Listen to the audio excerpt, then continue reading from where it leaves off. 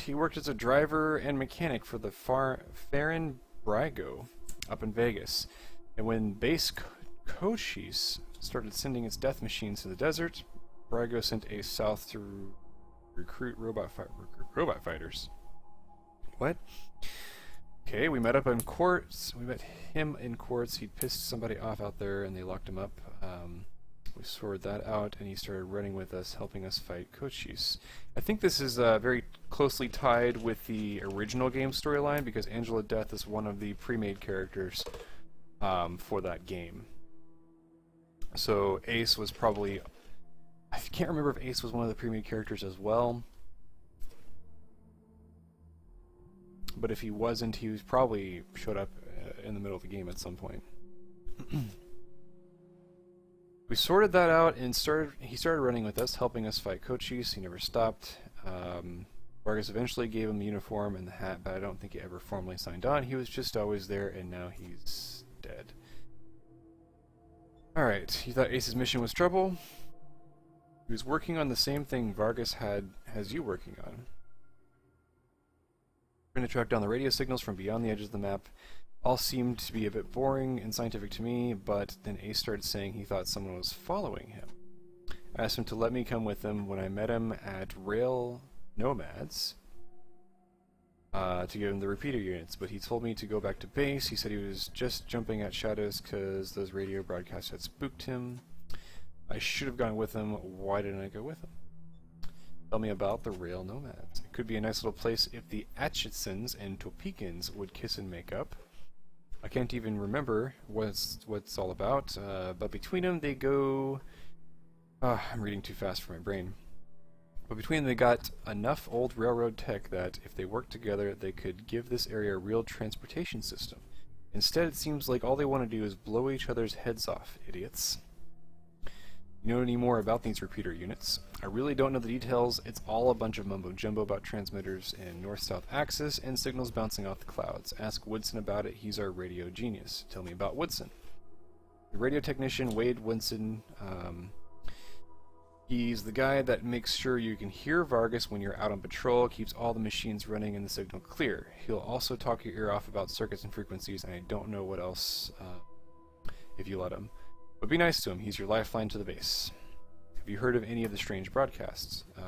Ace played me some of them before he died. Hard to make out a lot of it, but what I heard made my hair stand on end. Some guy talking about turning men into machines, or machines into men, or some shit. The crazy thing it was, then he starts talking about us, the Rangers, saying we're the cause of all the trouble in the world, and we need to be wiped out so his glorious future could be born. I mean, who is this guy? Where is he? What the fuck does he have against us? Where's Quartz? Not sure I can recall. Haven't been out there in that way in ages. Don't know if he's even still on the map. Ask Thrasher, he would know. Where is Thrasher? Better call him Gilbert now. Funny, back in the day he just seemed like this big old growly bear. Strong as an ox and just as articulate. But then he got all torn up during a fight with the robots from base Cochise, and he couldn't go out on patrol no more. Any other commander would have handed him his walking papers, but Vargas doesn't dump old friends, so he started him working in the museum, and wouldn't you know, it turns out the old bear has a knack for cartography. He's been gradually mapping our little corner of the wasteland ever since. Who'd have thunk it? What was base Cochise? Cochise? I don't know. An old military facility from before the war, and the biggest fight the Rangers ever had.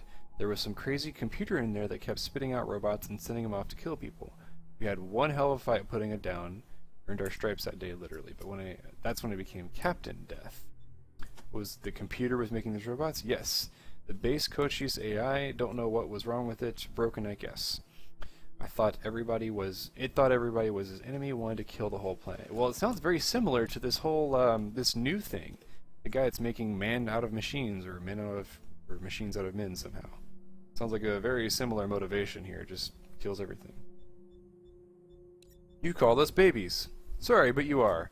As cute as little kittens. Y'all remind me of Snake, Razor, Thrasher, and me back when we were just starting out, thinking we were gonna save the world for the future. Thinking none of us would ever die. Christ, sorry, don't listen to me. Youth is good, optimism is good, but if we all started out worn out and jaded like me, nobody would ever try to change the world. So you kids go ahead and give it a go. Maybe it'll work this time. Tell me about Snake. Vargas. Yep, he was one wild-ass son of a bitch back in the day, but I think the weight of his responsibilities was kind of squashed that out of him now. He hasn't been in a decent bar fight since a decade, maybe? What about Hellraiser? He's another one gone. Went out for patrol a few weeks back and never came home. Don't know if he's dead or AWOL or just gone off to join the Scorpions. All anybody knows is he hasn't called in and we haven't heard from anybody who's seen him. Miss old Hellraiser like blazes. Didn't talk much. Didn't make friends easy. Wasn't big on social graces either. But he was as loyal as they come, and when the shit started flying, he was the guy you wanted at your back. He didn't win that name by accident. Sharp as a razor, scary as hell. Tell me about the Scorpions. You weren't briefed on those fucks during your training? Nope. Well, let me fill you in. You know where we left when we left the prison and moved here to the Citadel? Well, the Scorpions were the jerks who moved into the prison when we moved out. Just a bunch of raiders back then, but they've gotten more organized, calling themselves a militia now. And they try to act like they're the Desert Rangers of the eastern Arizona. Well, that's a load of horse shit. A protection racket ain't the same thing as protecting people. They shake down all their towns for money, and if the locals don't kick in, they smash them up. Rangers aren't like that. We get by on donations and good old-fashioned scavenging. Okay, so you look up the map to determine exactly where we are. I guess we're in western Arizona, or possibly Nevada-ish, South California, that whole zone, I guess is where we're in. What can you tell me about eastern Arizona? Basically everything between the prison and the radiation clouds to the east. There's a few small towns and farms out there, which Scorpions claim as their territory. Rangers used to patrol that area before we moved there, and we knew it pretty well, but a lot can change in 15 years. Who knows? Maybe it's all as clean and nice and crime-free as the Scorpions say it is, but I have my doubts. Tell me about the radiation clouds. Edges of the map, kiddies. Big, hot areas we can't go into without getting cooked to a crisp. The clouds move around some with the wind and weather, but there are permanent hot spots on every side of us, north, south, east, and west. Until we started hearing those weird broadcasts, I kind of thought these clouds went on forever, and that Arizona was the last place on Earth. But maybe there's just more people out there, huh? Maybe the whole rest of the world is just fine, and we're the only ones in hell. Wouldn't that be a joke? How well do you know General Vargas? Better than he liked. Back in the day, the General was the craziest one of us all. But somehow after we brought down Brace Cochise, he became the sanest. Now he's running the whole show and doing a damn fine job. While I'm still walking patrols and answering radio calls. Shows you how much ambition I got, huh? I guess I'm gonna say goodbye. It's my only option.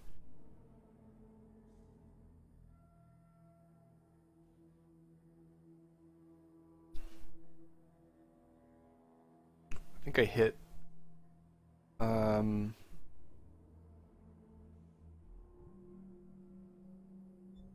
Say, listen.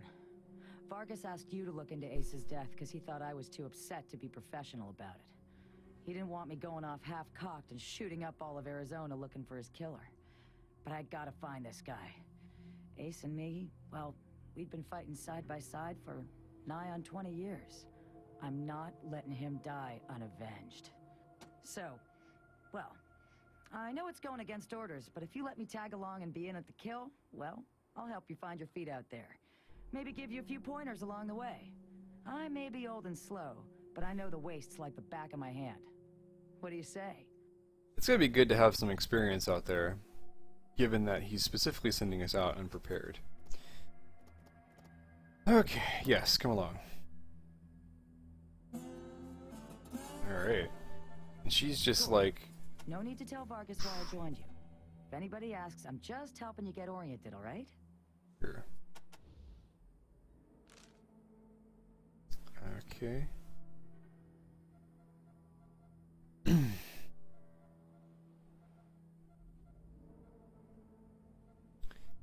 Okay, Angela Death, she's got an M1.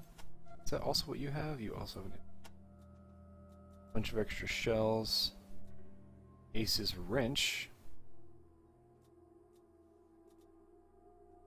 Presumably she has this as a weapon, I guess. Each of these letters is faded and yellowed with the age and use. To my angel is scrawled on the front in loving if slightly messy handwriting. Well, shit. Now I know this is emotionally charged because the two had a relationship. Like, I wanted to bring her along for the experience, and it seems like she'd be useful because, well, you know, I understand getting revenge, or at least, you know, tracking down. I understand all that, but the thing is, when you bring some sort of relationship into it, then it's gonna get confusing. Alright, Angela, so she's rocking, like, the important stats here. Fucking charisma are completely dumped, but that's fine. Overall good fighter character. Lots of constitution. Crap.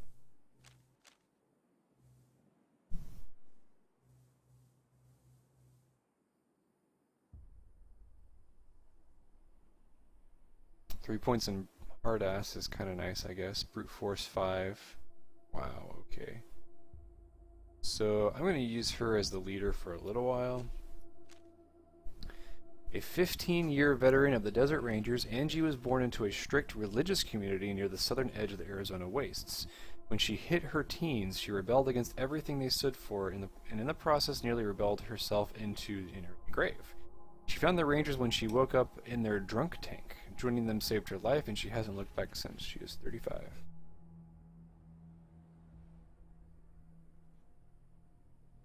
So I'm guessing this game takes approximately 15 years after the first one, if not a little bit less, like 12, 10 years, something like that. Alright, skills again. Outdoorsman might be useful. No armor still.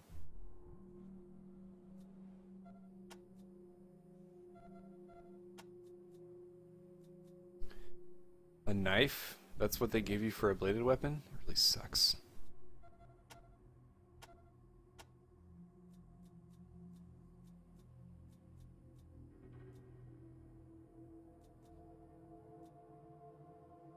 It's a sword thing. That's what I needed.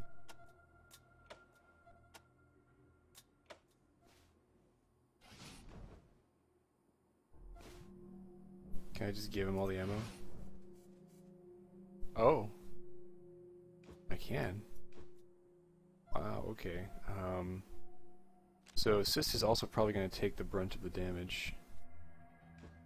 Angela Death, she's got tons of health, so I don't have to worry about that. I'll make her lead though. Oh, we'll dig first.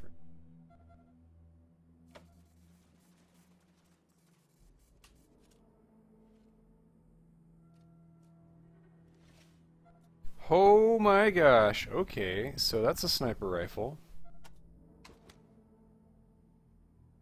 Rear barrel flashlight, I'm gonna give that to Wrench. I keep double clicking.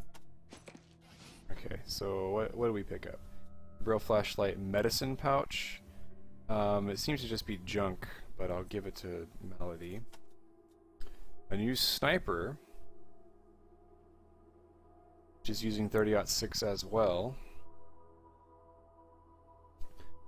More damage by about 3 points. 4 points about. 7 round capacity, 3 armor penetration, longer range, 3% chance to jam, so that kind of sucks. And 3.2 damage per AP. Oh, 6 AP for a single shot. That's probably the best part, is that it takes fewer AP to use. Wow, okay, so I'm going to go ahead and use that. Okay, so it automatically takes these bullets out and then fills this one. Nice. I don't feel like it's necessary to use both rifles like this. Just because I don't think combat's going to last long enough to really make that useful. Okay, that was a really good find. Solid sniper rifle.